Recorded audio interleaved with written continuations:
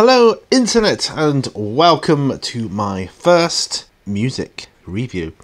Yes, it's Pete's Media Reviews here with a concert review for you as one of the four mediums I'm going to be reviewing movies, music, books and series. Well, this is my first concert review recorded, of course, and it's got to be a video so that it's a visual experience too, because of course concerts are also recorded for like live albums and so on.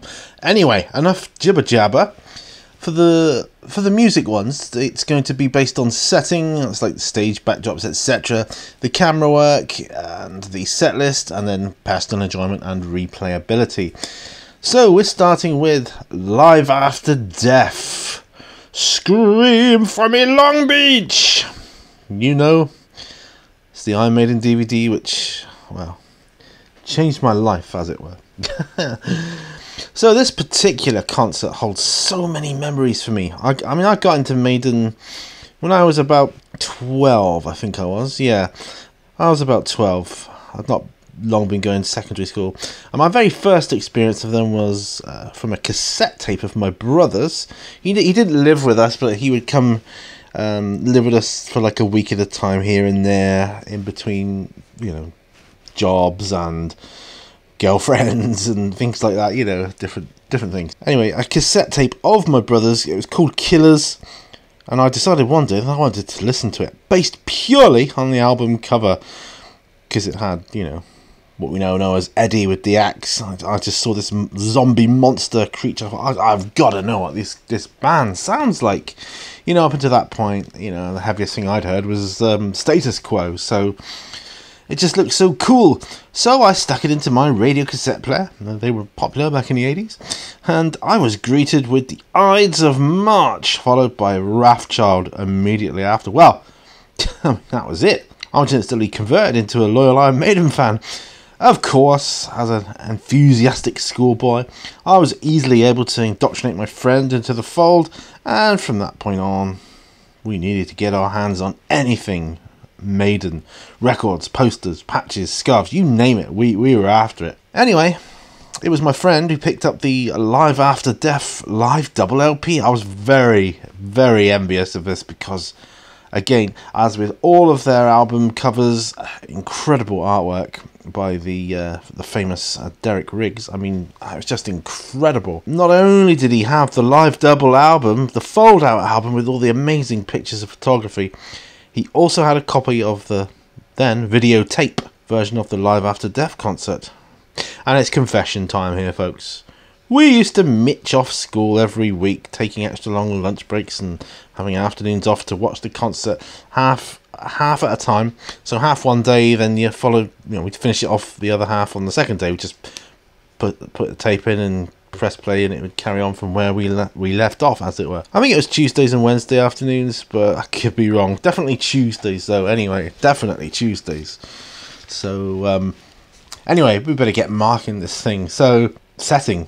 The setting for the Live After Death concert was the famous World Slavery Tour, where they were actually promoting their new, at the time, album Power Slave. And so the setting and backdrops for this was all Egyptian themed. Lovely, gorgeous. Lovely big stage as well, with the Long Beach Arena, providing about 120,000 fans, as it were, I think it was. Very energetic and energized setting. And this enables me to give them an easy 10. It's easily a 10. You know? So that brings me on to camera work. This is very 80s in execution. You can see that by watching it. It's not a bad thing because they tended to linger more on each band member at a time, ever so slightly longer during their performance. Something a younger me was very grateful for at the time, being the ultimate fanboy and hoping for the chance to see how they played their songs. Editing was very tight on this production as well. This just it easily scores another 10. It's just, you know, gorgeous. Setlist then. Setlist was amazing, with a great mix of new and old songs, and of course includes some audience participation on the tracks, most notably Running Free. I mean, this gets you know, an 8 from me. This is purely because this kind of thing is obviously subjective.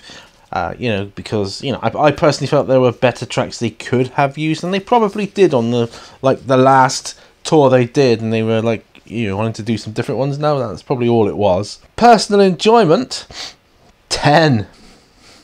I think you're well aware by now that I love this performance. I absolutely love it. Absolutely love it. Did I say I absolutely love it? Replayability is also a 10. Without a doubt, my most rewatched concert ever, period.